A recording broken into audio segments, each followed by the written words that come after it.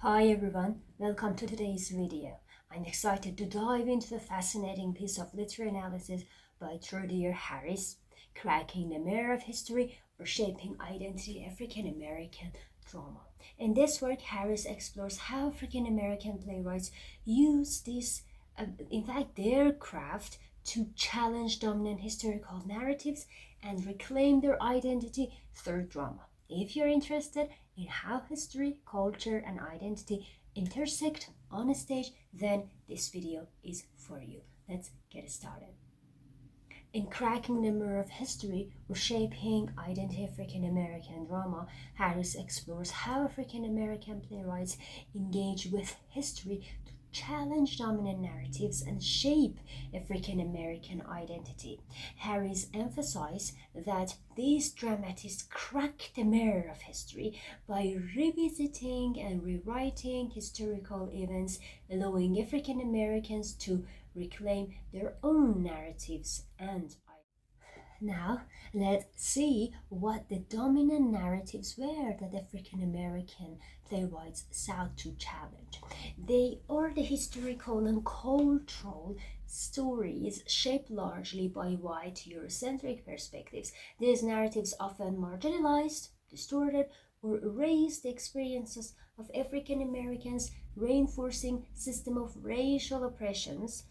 There are 7 key aspects of these dominant narratives that we will examine and bring some prominent examples from some African American plays. First one, whitewashed history. In mainstream history, the experiences and contributions of African Americans were frequently downplayed or omitted. Historical events like slavery, segregation, and the civil rights movement were often portrayed in ways that either minimized their brutality or centered white perspective. African American playwrights sought to correct these omissions by revisiting and retelling these stories through Black voices. One of the prominent examples is by Wilson in one of his 10-play Pittsburgh cycle, The Piano Lesson, which is setting in 1936 during the Great Migration, and it wants to explore themes of legacy, family, and the African American experience. Let's see and go to details to see how Wilson disturbed these dominant narratives. In fact, the play centers on African American family in Pittsburgh and their generational struggle over family heirloom, a hand-curved piano with significant historical and emotional value. Bernice, the daughter of family, a widow, refuses to sell the piano, seeing it as a sacred memorial to their enslaved ancestors who suffered for its acquisition. Her brother, Boy Willie, arrives from the south, determined to sell it to purchase land where their ancestors were enslaved, symbolizing economic empowerment and breaking free from the past. The tension between preserving heritage and forging a future drives the play. Supernatural elements and the family's ancestral spirits intervene with the narrative, emphasizing the weight of history. Ultimately, the piano becomes a focal point of reconciliation between Bernice, who started playing piano, and a climax moment to cement the spirits of their ancestors. These reactions, Bernice playing piano, and at the same time, Boy Willie's struggles with Sutter Ghost, all demonstrate the power of honoring their heritage while addressing present conflicts. The piano, rather than diving them, becomes a unifying symbol of their shared identity and the importance of balancing respect for the past with desperation for the future. And the second dominant narrative, stereotypes and dehumanizing depictions. Stereotypes and stereotypes, and dehumanizing depictions. The dominant narratives often reinforce harmful stereotypes of African Americans. These include portrayals of uh, black people as lazy, criminal, unintelligent, or overly subservient to white authority. These stereotypes dehumanized African Americans and justified their marginalization. And who disturbed this dominant narrative? Baraka. In fact, Amiri Baraka's The Dutchman is a provocative one-act play first performed in 1964, that explores themes of race, identity, and power dynamics in America. Set on a New York City subway, the play revolves around the tense and ultimately tragic interaction between Clay, a young black man, and Lola, a flirtatious, manipulating white woman. Their conversations begin with Lola seductively engaging Clay, but escalates into a confrontation filled with racial stereotypes, power plays, and underlying violence. In climax, Lola stabs Clay to death, and the play ends with her preparing to target another black man, hinting at cyclical nature of systematic racism. In fact, how Baraka challenged this dehumanizing depiction of black people. Baraka used Clay's character to counter dehumanizing stereotypes of black men as passive, violent, or simplistic. Clay initially presents as calm, articulate, and restrained, embodying an educated and nuanced individual. However, as Lola provokes him, he delivers a fiery monologue exposing the rage and pain Black Americans feel due to systematic oppressions and white hypocrisy. The play critiques the ways white society dehumanize black individuals, portraying Lola as representative of white liberalism that feign interest in black lives but ultimately perpetuates violence and control. By showing Clay's complexity and humanity, Baraka dismantles the stereotypes, revealing the depth and dignity of black identity while condemning the destructive nature of racism. Number 4. Another dominant narrative is the myth of the happy slave. One prominent myth was the idea that enslaved Africans were satisfied or better off under slavery. This narrative sought to downplay the brutality and inhumanity of institutions of slavery, framing it as a civilizing force for African Americans. Here, who challenged it? Lorien Hansberry's Raisin in the Sun highlights the legacy of slavery and its dehumanizing effect through the younger family's struggle with systematic racism, economic hardship, and housing discrimination in 1950s Chicago. For example, Walter Lee's dream of owning a business and Beneath Us' desire to become a doctor reflect the family's aspirations to break free from generational oppressions rooted in slavery. However, their ambitions are stifled by societal barriers, such as when the white residents of Clyburn Park offered to pay the family not to move into their neighborhood, symbolizing the ongoing exclusions and marginalization of black families. The play confronts the notion of settling for less, though Lena, Mama, who invests in a house to assert her family's right to dignity and progress.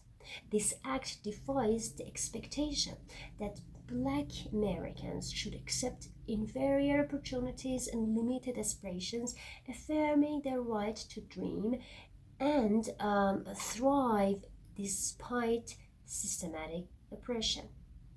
Number 5, another dominant narrative. The dominant narratives is narrative of progress that ignore racism. Dominant narratives often promoted the idea that racial issues in the US had been largely resolved, especially after the Civil War or the Civil Rights Movement. This perspective downplayed the systematic racism that continued to affect African Americans in all aspects of life, from employment to housing to legal systems. Here, Charles Fuller's Soldier's Play challenge, in fact, these dominant narratives that racial issues in the US were resolved by exposing the deep-rooted racism persisting within institutions even during the World War, a time often mythologized as a unifying effort for democracy and equality. Set in segregated military base in 1944, the play follows the investigations of the murder of Sergeant Waters, a black soldier.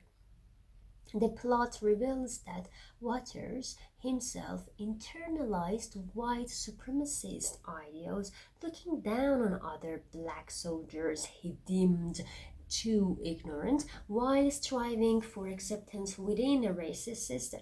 His death ultimately at the hands of two white soldiers underscores how racism pervades both individual relationships and broader societal structures. By showing that black soldiers fighting for freedom abroad were denied dignity and equality at home, Fuller dismantles the myth that Americans had resolved its racial issues post-Civil War or during the Civil Rights Movement. The play forces audiences to confront the enduring nature of systematic racism and the falsehood of racial progress narratives. Number 6, patriarchal and gendered narratives. Many dominant cultural narratives also reinforce patriarchy, often portraying African Americans men as violent or irresponsible, while rendering black women invisible or relegating them to subservient roles. These narratives often strip African American women of their agency and dignity. Here, Susan Lurie Park, in her work, The American Play, tried to challenge these patriarchal narratives through her fragmented symbolic storytelling and the experiences of her characters. For example, the play's central figure, the lesser known, is a black man who imitates Abraham Lincoln in a theme park, reflecting on how history marginalized black figures and reduce them to caricature within white-centric narratives. His wife Lucy and their son Brazil dig through the great hole of history after his death, searching for the traces of their past. Lucy's role as listener and her persistence in recovering their family's story critiques how women, particularly black women, are relegated to supportive, invisible roles in both personal and national histories. By placing Lucy and Brazil in active roles of recovering and agency, Park's critique the intersection of racial and gender oppressions that exclude black women from historical narratives while exposing the patriarchal foundations of historical greatness. This reclamation of space and voice challenges traditional hierarchy of power and history. Finally, number 7, the last dominant narrative is the assimilationist ideal. The dominant culture often promoted the idea that African Americans should assimilate into white middle-class norms to gain acceptance. This perspective framed black identity as something to be repressed or altered in order to fit into mainstream society, and who challenge these harmful stereotypes, or in fact these harmful dominant narratives. Adrian Kennedy's Funny House of the Negro. This play deconstructs the idea that African Americans must assimilate into white middle class norms to gain acceptance by exposing the psychological trauma and fragmentation such pressures cause. Through the character of Sarah, the young black woman who struggled with her racial identity, Kennedy reveals the destructive impact of internalized racism and societal expressions. For example, Sarah idealized whiteness and yearns to erase her black heritage, symbolized by her obsession with historical white figures like Queen Victoria, and her disdain for her black father. This rejection of her own identity manifests in a serial fragmented narratives filled with haunting symbolic characters that represent her fractured psyche. Her inability to reconcile her dual heritage ultimately leads to her emotional and psychological breakdown, demonstrating the impossibility and violence of assimilation as a means of acceptance. Kennedy critiques the societal expectations that African American conform to white norms, showing that such assimilation denies the richness of black identity and imposes a harmful erasure of self. The play's non-linear expressionistic style further reflects Sarah's struggle, emphasizing the deep scares of systemic racism and the futility of seeking acceptance through assimilation.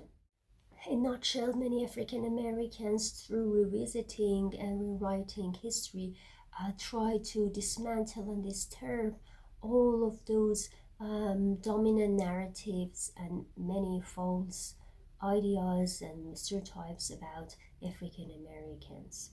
Through these examples, Harris demonstrates how African American playwrights use drama as a dynamic space to challenge historical narratives, resist stereotypes, and continuously renegotiate African American identity in relation to both the past and present.